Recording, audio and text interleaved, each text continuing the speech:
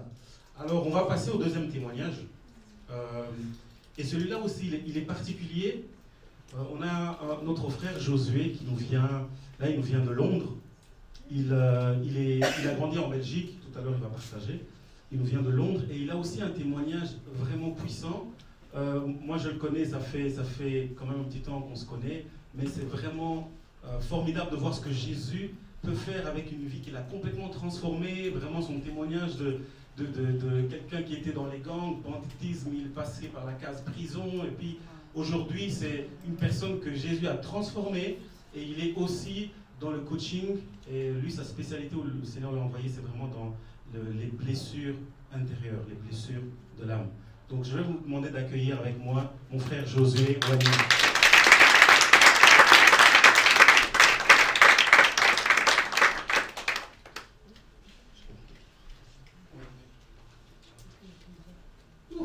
Vraiment, Josué.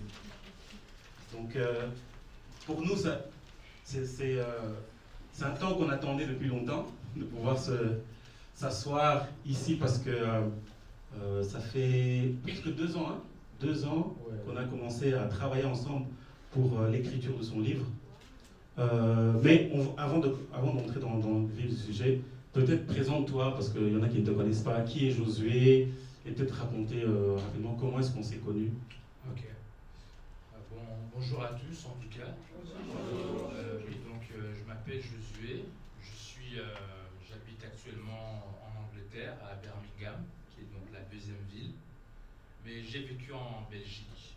J'ai vécu en Belgique pendant 22 ans. Et là actuellement ça fait 16 ans que je suis en Angleterre. Et quand j'habitais en Belgique, j'habitais à Anvers. Et j'allais souvent, chaque année, en retraite avec mon église. Chaque année, je partais en retraite à Karlsbourg. Et c'est là que j'ai connu Blaise. Quand nos églises, il y avait différentes églises, la Nouvelle Jérusalem de Bruxelles, Mons, etc. Toutes les églises, beaucoup d'églises locales se réunissaient. Et c'est comme ça que j'ai connu beaucoup d'autres chrétiens, dont notamment Blaise, qui jusqu'à présent, on est resté en contact. Et ça date vraiment de beaucoup d'années. C'est vraiment parce qu'on n'a pas le temps. Mais même notre rencontre à Karlsbourg, c'était vraiment, je veux dire, c'est Dieu qui a organisé ça. Et je pense que c'était pendant un temps de prière, je pense. Hein? Je me rappelle une anecdote en particulier. Parce que quand on partait à Karlsbourg, il y a beaucoup de jeunes, voilà, le matin, ils aimaient s'amuser et tout. Et il y a d'autres jeunes, les jeunes de Liège, le matin, ils aimaient bien prier. Les Liégeois. Les Liégeois. On aime la prière, nous, on ne blague pas. Il y avait, je pense, Teddy. C'est ça. Il y avait, je pense, Teddy qui était le responsable des jeunes. Et voilà, donc, et moi, quand je partais en retraite, j'aimais bien rester avec les jeunes de Liège pour prier. Et à un moment comme ça, je pense Teddy, il avait dit que chacun va prier pour son voisin d'à côté, pour demander que... Enfin, d'abord, il a demandé, est-ce que quelqu'un aimerait que Dieu fasse un miracle dans sa vie? Et presque tout le monde a levé la main. Et ceux qui n'ont pas levé la main, il a dit, bon, chacun prie pour son voisin.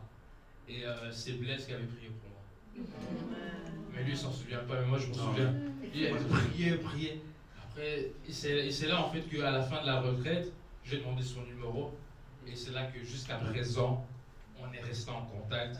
Et c'est drôle, parce qu'à ce moment-là, j'avais, je crois, 19 ans. Et là, ça fait il y a plus de 20 ans. Et jusqu'à présent, on est en contact. Alors, aujourd'hui, on parle de ton livre.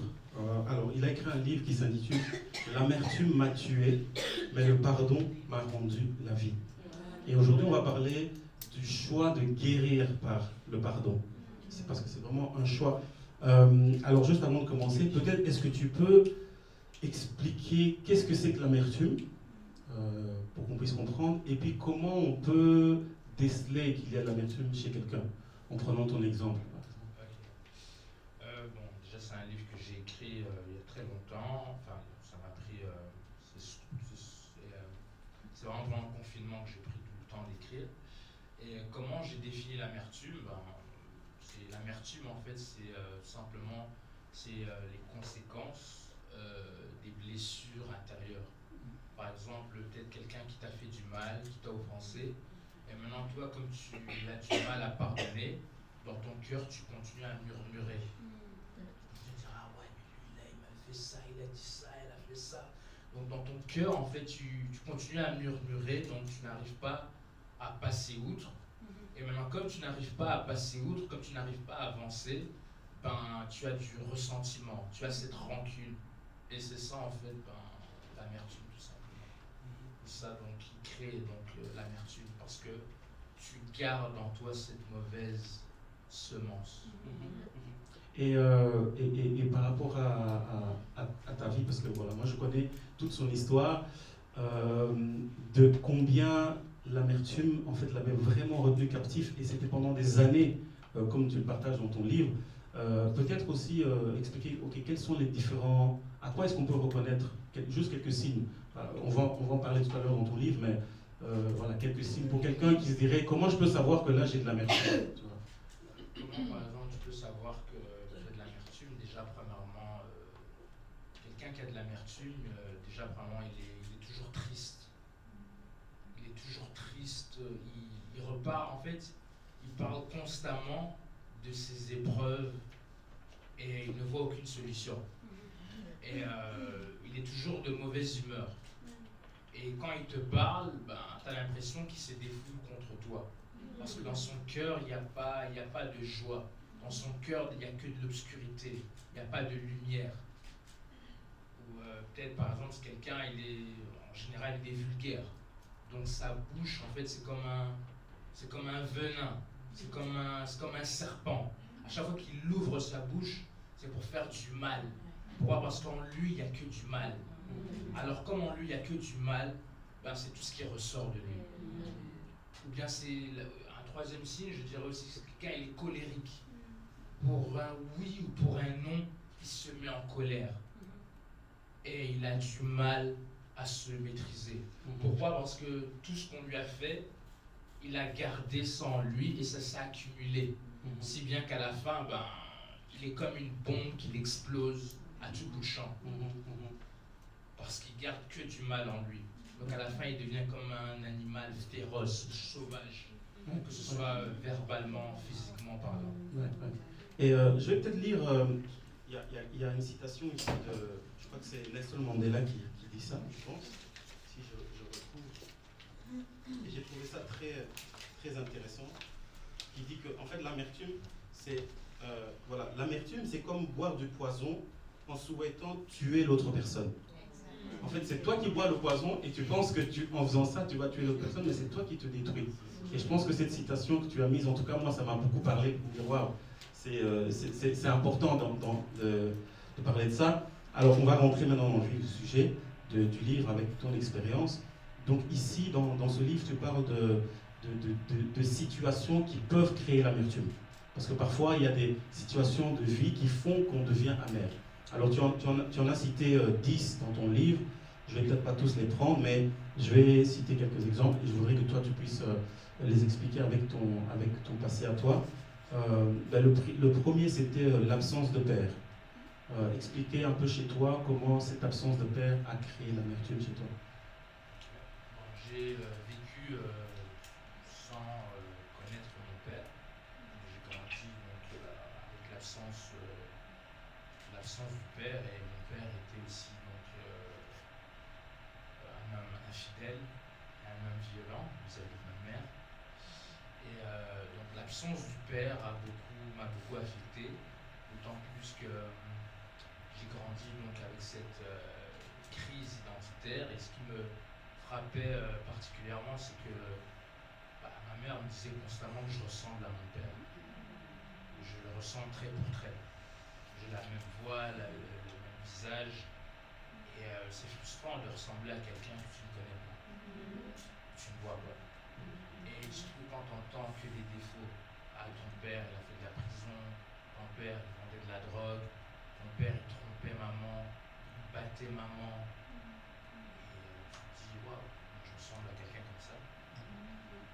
Et à la fin, j'ai grandi, donc ce qui fait que depuis l'enfance, j'avais donc cette colère envers mon ton père aussi, hein? J'avais cette colère envers mon père. l'école, j'avais peut-être des professeurs qui étaient très durs avec moi et je me disais, waouh, si mon père était là, il aurait pu me protéger. Des fois, tu rentres à la maison, il n'y a rien à manger. Tu te dis, waouh, si mon père il était là, il aurait pu peut-être subvenir à mes besoins. Et donc, voilà, j'avais beaucoup de colère, de ressentiment vis-à-vis de mon père qui était absent. Ouais, ouais. Et je pense que c'est quelque chose de réel, hein, l'importance d'avoir des parents, l'importance du père, parfois on n'en parle pas toujours. Le père est cette figure qui est nécessaire, et quand cette figure n'est pas là, voilà, ça fait quelque chose. Moi je sais, nous, voilà, on a eu la grâce d'avoir un papa qui a été présent, mais aujourd'hui notre père n'est plus là, il est mort il y a plusieurs années, et le fait que le papa ne soit pas là, ben voilà, il y a des choses où ça te manque, et parfois ce manque-là, ça peut créer cette frustration, justement, comme tu dis. Donc voilà, il y a l'absence de père, et puis il y a le passage en prison. J'aimerais que tu puisses nous parler, voilà, en toute honnêteté ici, ce que ça a créé chez toi aussi, ce temps en prison. Déjà, bon, comme je vous ai dit, donc, j'avais beaucoup d'amertume depuis l'enfance, ce qui fait que quand je suis devenu adolescent, j'ai sombré dans la délinquance. Donc, à Bruxelles, j'étais avec des amis et on avait comme un gang, une bande urbaine qui à Bruxelles et qui sévissait dans les rues de Bruxelles et qui se battait un peu donc, avec les autres gangs qu'il y avait donc, à Bruxelles. Et on a fait tout un tas de choses, hein, donc des vols, tout un tas de choses. Et au final, on a tous fait de la prison. On a tous fait de la prison par rapport à tous ces... À ce moment-là, tu n'étais pas encore chrétien. Non, je n'étais pas encore chrétien. Je n'étais pas encore chrétien. Et donc, voilà, j'ai connu la prison. J'ai fait plusieurs va-et-vient en prison. Et quand tu es en prison, en fait, tu regrettes en fait, le temps que tu perds en prison. Tu regrettes en fait les opportunités gâchées. Tu regrettes par exemple, peut-être tu étais en relation avec une fille, et puis quand tu rentres en prison, cette relation, c'est terminé. Et puis tu te dis, waouh, on aurait pu mener une famille, etc. Ça crée des regrets en fait. Ouais, des quand tu regrets, sors ouais. de prison, elle est déjà avec un autre personne. Il pourrait une sœur là. J'ai l'impression de parler à quelqu'un là. Donc en fait, ouais, tu es en prison et voilà, tu portes en toi beaucoup de regrets, de larmes, tu te dis vraiment quel gâchis. Ou bien tu penses à peut-être d'autres gens avec qui t'ont fait du mal, et tu te dis, quand je vais sortir, vraiment, je vais me venger. Et c'est comme ça que beaucoup de gens sont en prison, mais récidive, c'est ça. Oui, récidive en fait, parce qu'en prison, tu rencontres aussi d'autres gens qui...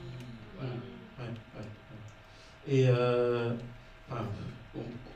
le sujet me passionne tellement, je sais pas vous, hein, mais on pourrait parler d'autre chose. Je vais encore prendre deux exemples, on va passer à l'autre question.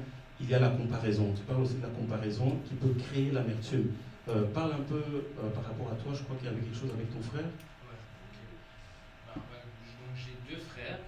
Ma mère avait trois fils. Moi je suis son fils aîné. Et ma mère avait souvent tendance à me comparer avec mon petit frère. Parce que mon petit frère, lui, on est vraiment différent. Lui, par exemple, c'est quelqu'un qui est très. C'est quelqu'un qui était très docile, qui faisait tout ce que maman disait de faire. Moi, j'étais plutôt l'enfant blessé, rebelle, tu vois. Tandis que mon frère, malgré tout ce qu'on avait vécu, lui, c'était quelqu'un qui prenait les choses à la légère. Tu vois, il disait, bon, papa n'est pas là, tant pis, hein, maman, elle est là. Et à l'école, il travaillait, etc. Il a toujours des bons points, des bons résultats scolaires. Et il faisait toujours tout ce que maman lui disait de faire, des fois même au-delà. Donc ma mère était très fière de lui. Et ma mère avait donc cette tendance à nous comparer. Regarde toi, pourquoi tu n'es pas comme ton frère, tout ça. Et pourquoi tu... Et à la fin, je commençais à regarder mon frère avec de la jalousie. c'est pour ça que quand j'ai commencé à lire la Bible, les histoires de Joseph, ses frères, les histoires de Caïn, les histoires de Ésaü, Jacob, c'est des histoires qui m'ont beaucoup parlé parce que quand je regardais mon frère, je le regardais comme ça en fait. Je le regardais comme Caïn regardait Abel. Comme Ésaü et comme les frères de Joseph là. Moi je regardais mon frère comme ça et mon frère c'était Joseph. Et donc j'avais cette jalousie, cette concurrence. Et souvent aussi le problème c'est quoi? C'est quand t'es l'aîné, tu dois vite grandir pour laisser la place. Et mon frère lui il avait toute l'affection maternelle. Tu vois, il était toujours dans les bras de maman. Moi j'ai pas de souvenir d'avoir eu le câlin de ma mère. Pas pour dire que ma mère n'a pas fait d'affection, mais que j'ai pas de souvenir. Mais mon frère, lui, c'était... et dès qu'il y avait un problème entre mon frère et moi, c'est mon frère qui est la victime et moi, je suis le coupable. Et ma mère cherchait même pas à savoir qui a fait quoi. Non, c'est toi qui es en tort. Et je me fais engueuler. Et mon frère, il fait semblant de pleurer. Et je me fais engueuler, il rigole. Ouais, je crois qu'on connaît ça. Hein. Soyons honnêtes. Soyons honnêtes, les aînés. Hein. Soyons honnêtes, je pense que voilà, nos parents, en tout cas Dieu vous bénisse, mais de temps en temps, il y a ce favoritisme. Voilà. Donc c'est important aussi hein, de ne pas comparer parfois. La comparaison. Voilà. Donc, je voyais vraiment mon frère à la fin comme un rival. Un concurrent. Et cette comparaison, ben voilà, ça a vraiment engendré donc aussi, ça a été une des causes, hein, une des causes aussi de l'amertume. Et à la fin, j'avais cette tendance aussi à me comparer même à n'importe qui en fait. Comme j'avais souvent été comparé à mon frère, j'avais tendance, par exemple, quand je voyais un ami à moi qui avait peut-être plus d'opportunités professionnelles, des opportunités avec les filles, des opportunités général, et je le comparais, j'avais tendance à me comparer à lui, et je me mettais au bas de l'échelle, et je plaçais quelqu'un comme sur un piédestal. Et cette comparaison donc engendrait en fait l'amertume chez toi. La frustration, l'amertume. Et je pense que même dans les églises, parfois, soyons honnêtes, il y a aussi cette comparaison qui se fait, dont on ne s'en rend pas compte, et puis ça crée comme ça de l'amertume entre nous. Parce que voilà, quelqu'un va chanter aujourd'hui et puis toi tu es là, oui mais pourquoi c'est l'autre qu'on l'a chanté, pas moi? Alors que justement on a besoin du chemin, de s'apprécier. Alors je sais que vous avez tous envie de savoir comment ça s'est passé et tout, mais on y arrive tout doucement. Et puis il y a une dernière cause qui a créé l'amertume, et là je pense que voilà, il faut beaucoup de courage pour le partager, mais si tu le partages dans ton livre, donc je vais te le poser, il y a aussi les abus. À un moment donné, il y a une période où tu as vécu des abus. Est-ce que tu peux en parler?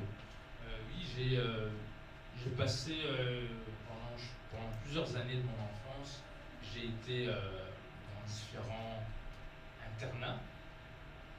Et le premier internat où j'ai été, j'ai vraiment connu donc, toutes sortes d'abus, que ce soit des abus donc, verbaux, physiques et des abus sexuels.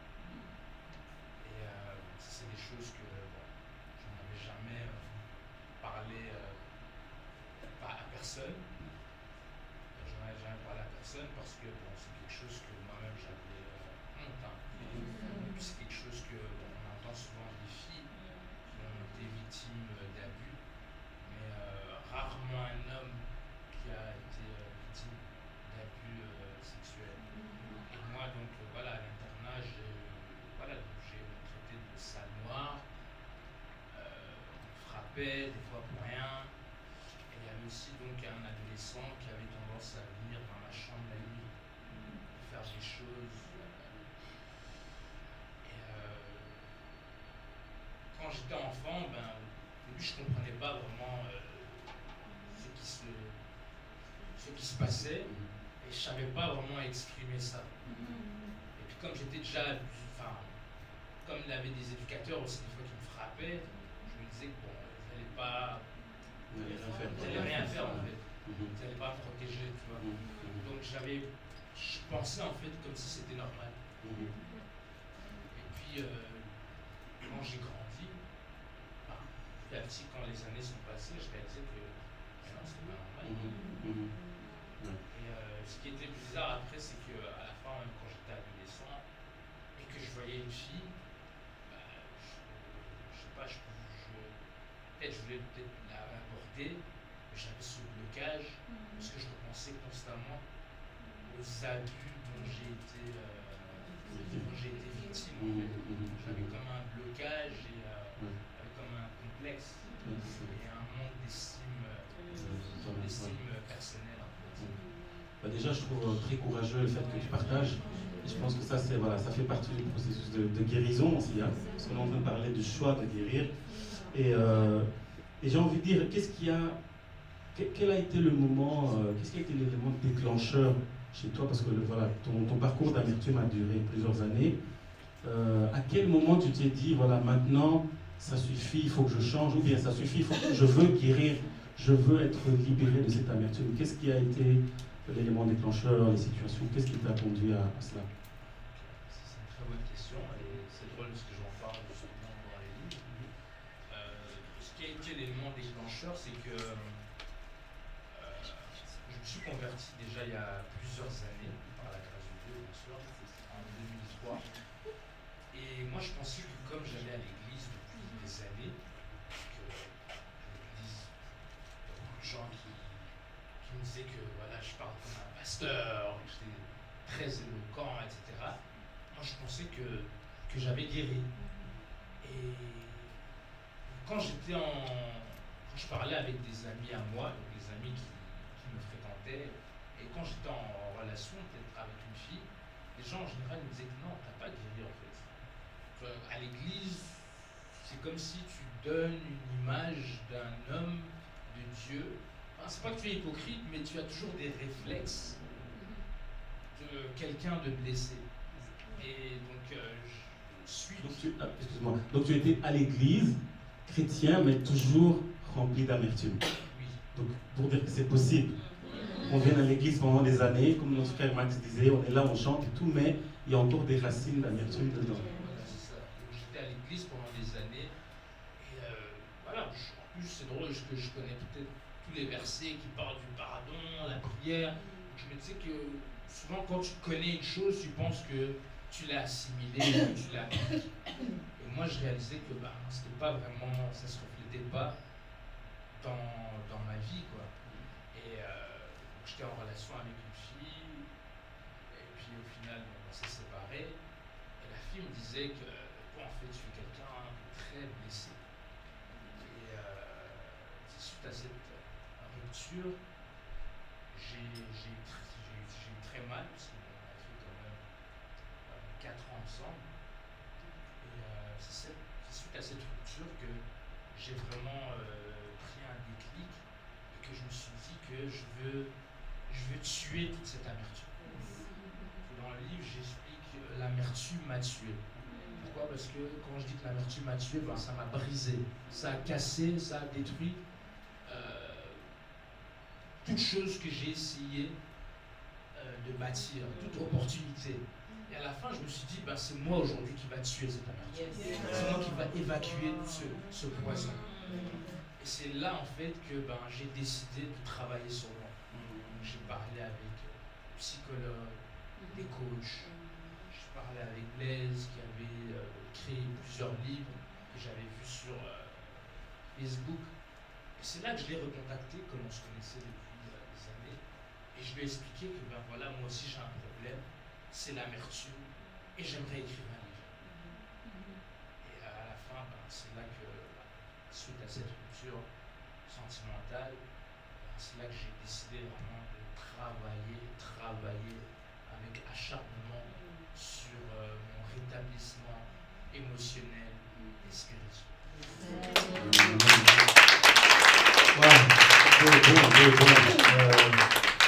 Alors on va peut-être te demander de partager. Dans ton livre, tu parles de plusieurs moyens de guérir de l'amertume. Donc, si vous voulez, vraiment je vous encourage à la fin de vous procurer son livre, parce que ici avec le temps qu'on ne pourra pas tout partager. Mais j'ai sélectionné 3 choses qui peuvent vraiment aider à guérir de l'amertume, comme tu dis.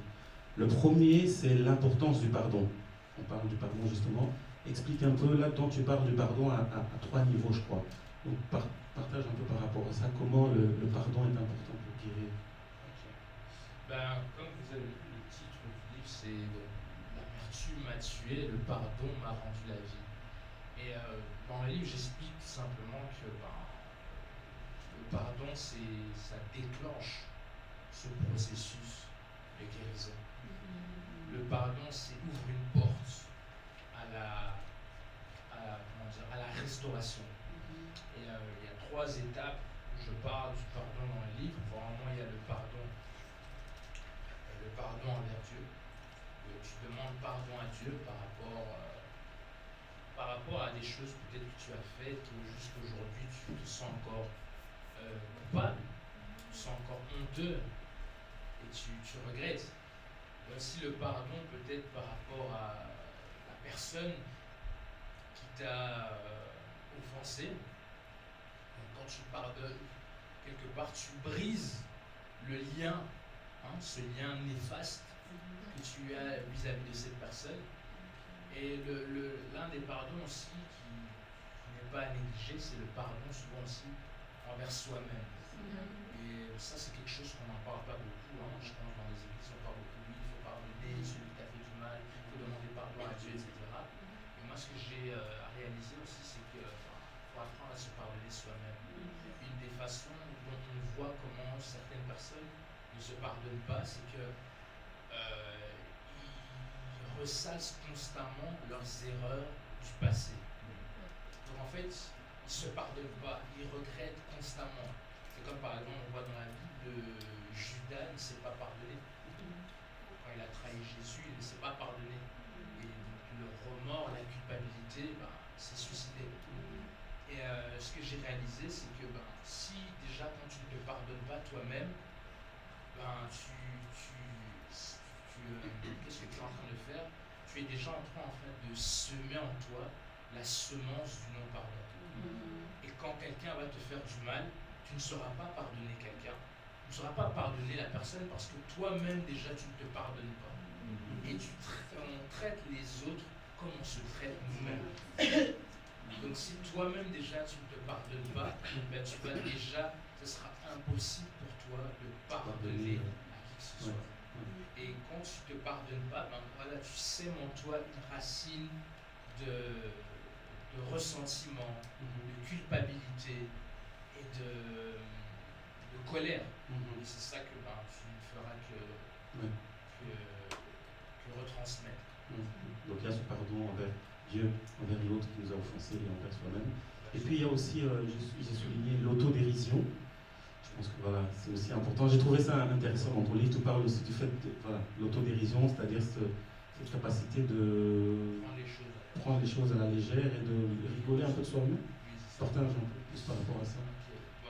Voilà, donc dans ce travail d'introspection, ce travail de développement personnel, j'ai découvert en fait le concept de l'autodérision. Pour ceux qui ne connaissent pas l'autodérision, qu'est-ce que ça veut dire? C'est tout simplement en fait le fait de prendre un peu les choses à la légère et de rire un peu de soi. Quand je dis rire de soi, ça ne veut pas dire nécessairement de s'humilier, de se rabaisser, mais de prendre un peu les choses avec une certaine légèreté. Par exemple, j'ai entendu des années l'histoire d'un joueur de foot qui jouait à un match de foot et c'était quelqu'un qui était assez foncé, donc il était noir. Donc souvent, à un moment, à un match de foot, il y avait des supporters, un supporter qui lui avait lancé une banane. Parce qu'il allait tirer un corner, il a laissé une banane, l'air de dire tu es noir, voilà, la banane, les singes, etc. Et le joueur, qu'est-ce qu'il a fait? Il a mangé la banane. Voilà, il a mangé la banane. Il y en a qui connaissent. Il a pas réagi. Il a tout simplement mangé la banane et puis il a tiré. Donc en fait, c'est pour dire quoi? En fait, c'est pour dire que il n'a pas réagi avec colère. Et moi, par exemple, je suis quelqu'un, et ça c'est quelque chose aussi, j'en parle dans le livre, je suis quelqu'un, je ne sais pas chanter, je ne sais pas danser. Et à l'église, j'avais souvent cette tendance pour se moquer de moi. Quand j'avais des mariages, des cultes, chaque fois que j'essayais de danser, de chanter. Tu vois, on voit. et quand on se moquait de moi, à l'époque, ça réveillait tout de suite ce côté amer, ce côté... Et à la fin, j'ai appris à dire, mais c'est vrai que tu sais pas danser. Rigole toi aussi. Rigole. Et en rigolant de moi, en rigolant, quand les gens rigolaient ou se moquaient, quelque part, en fait, ça apaise un peu comment expliquer, le fait que les gens se moquent de toi, ça ne t'affecte pas parce que toi-même tu rigoles de toi. Toi-même tu prends les choses à la légère. Toi-même tu prends pas tout ça au sérieux. Donc tu n'es plus. Donc c'est comme si en fait quelque part tu te blindes. Tu te blindes dans le sens où c'est comme si tu es invincible ou insensible aux critiques ou aux moqueries des gens. Parce que toi-même tu rigoles. C'est fort, hein? Ça rejoint ce que notre frère disait tout à l'heure. On est trop sérieux, hein? On est trop sérieux. Par exemple, tu marches, tu tombes par terre, les gens vont rigoler. Ah, mais toi aussi rigole, c'est marrant. Et puis tu te lèves avec le sourire et tu continues ta route. C'est ça. Et alors, juste pour peut-être terminer, qu'est-ce que tu aurais envie de dire à quelqu'un ici qui peut-être vit encore dans l'amertume et qui se demande pourquoi est-ce que j'ai besoin de guérir de l'amertume? Qu'est-ce que tu aurais envie de lui dire? Ce que j'aurais envie de dire à cette personne s'il y a quelqu'un entre vous qui vit de l'amertume, qui a des blessures intérieures, ce que je peux dire c'est que le pardon c'est vraiment c'est quelque chose de très important. Et déjà j'en parle aussi un peu dans le livre, c'est que j'ai beaucoup aimé dans la Bible l'histoire de Joseph qui avait toutes les raisons de sombrer dans l'amertume. Il avait toutes les raisons. Et avec tout ce qu'il a vécu, la jalousie, la haine de ses frères, la prison, l'esclavage pendant des années, etc. Et on voit en fait que Joseph, dans la Bible, il avait deux fils.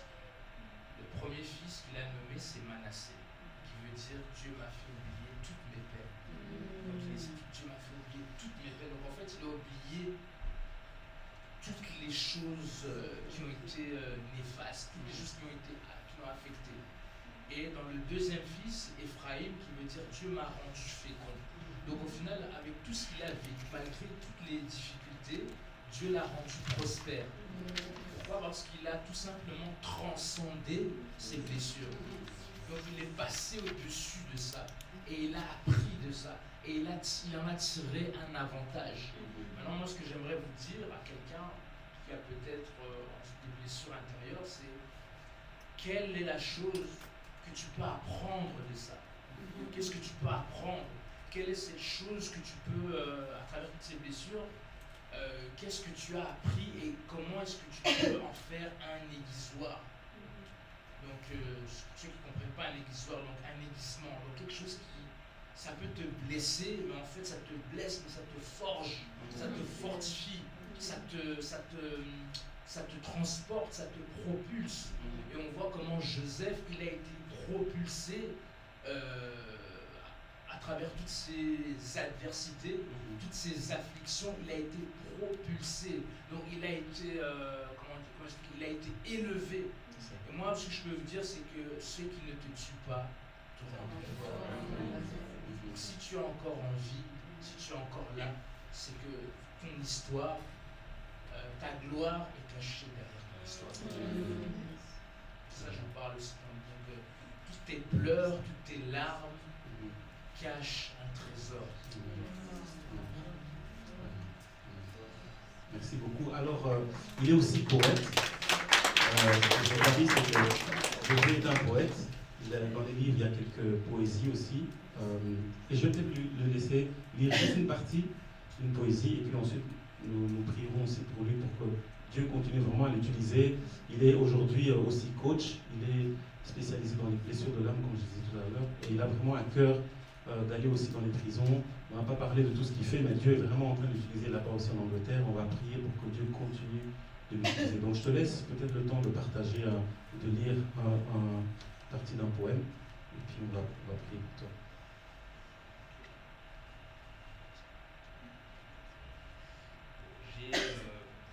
J'ai écrit 2 longs poèmes dans le livre, mais je vais juste lire le deuxième. Ben, juste une partie, pas juste une partie. Comme j'aime beaucoup la poésie, les psaumes aussi dans la Bible, je me suis dit que là, j'aimerais bien écrire un psaume aussi. Du bout de ma plume, je décris l'amertume, me libère de l'emprise de la colère. Ma peine s'accentue, mais continue. Et je me réfugie dans mes écrits. C'est une sorte de thérapie. Toutes ces peines sont précurseurs d'une force intérieure. Elles nous préparent à un avenir meilleur. Le Seigneur m'a appris à aimer et à pardonner. Moi qui avais cette habitude de blâmer et de condamner. Je n'ai plus aucun chagrin au sujet de toutes ces humiliations. Elles m'ont forgé et constituent un tremplin pour mon élévation. C'est par ces meurtrissures que mes blessures sont guéries et je n'ai donc plus le cœur meurtri. Les liens sont brisés, les larmes ont séché et les blessures sont cicatrisées. Le pardon m'a ouvert les portes de la guérison, m'effrayant la voie de la restauration. J'ai vomi ce poison, chassé ces démons, et je suis sorti de cette prison. J'ai trouvé le chemin qui me conduit pas à pas sur le sentier de mon destin. L'Éternel a restauré mon âme et séché mes larmes. Il m'a détaché des chaînes de la haine et il m'a libéré des liens de la rancœur et de la douleur. L'amertume m'a tué, mais le pardon m'a rendu la vie. L'amertume étant la peine, mais le pardon déclenche le processus de guérison. L'amour de Dieu a englouti toute la haine qui régnait dans mon cœur. Merci